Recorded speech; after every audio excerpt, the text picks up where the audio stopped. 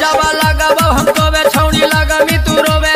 माने ऐसा गाना गइबन इतना पिलाई करम से इसरो गाना भरा जइबो गावे के बेरी यादे नहीं। रुको जरा सबर। तो का हाल बा भाई लोग, ठीक बानू? आशा विश्वास होई कि ठीके होई। आ वीडियो पूरा देखिए एगो सार के इतना पिलाई भेल बा, मतलब इतना खराब गाना गावा तो सारवा कि कहूं में लाज लगता।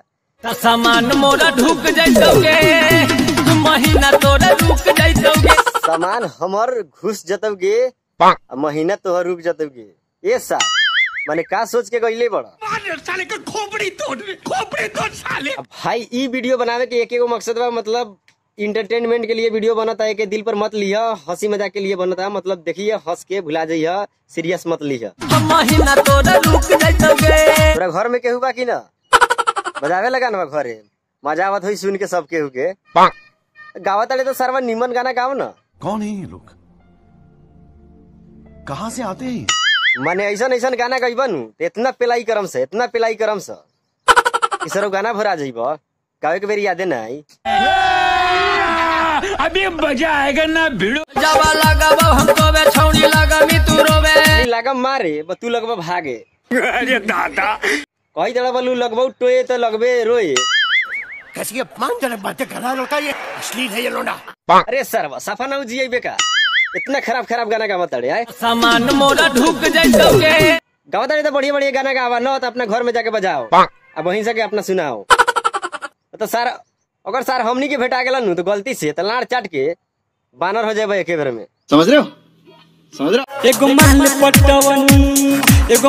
पटवनी लगे बड़वनी देवेला खइला राती। एगो माल पटवनी है भैया, माल तो तोर झकासे बा, लेकिन कावना टोला के बा हो बताना दो तनी, हमनियो चल जाए एक बेर देखे, भेंट मुलाकात हो जाई, हाल खबर पूछ ले हम जाके सब। बड़ा हरामी हो बेटा। मनवा रहे बड़ी तरसल लेवे के दिना में घबरसल। मनवा रहे बड़ी तरसल लेवे के दिना मेघ बरसल। ते भैया छाता लेके जाए तो खाली लाड़ चाटे चल गेला, अब वो नदी का नहीं। ये बड़ी अच्छी बात कही आप।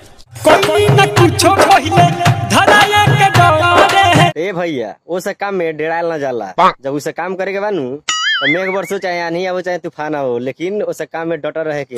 अब भागे संजोग से सब जन्मे करला कि उ लोग भेंट करे आवेली सब। समझ रहे हो? तो जब मौका मिले नु, जब वही पकड़ के जबरदस्ती चाहे प्यार से माने अपन समझिए गेल होबा कथी कहे के चाहिए तनी। बड़ा हरामी हो बेटा।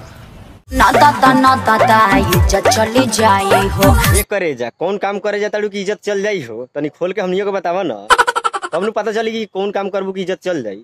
अल्लाह भर क्या कोइल धइल हो ये अनाथ। अल्लाह भर के कोइल धइल होई, ये सर्व समझे में ना आइल रे।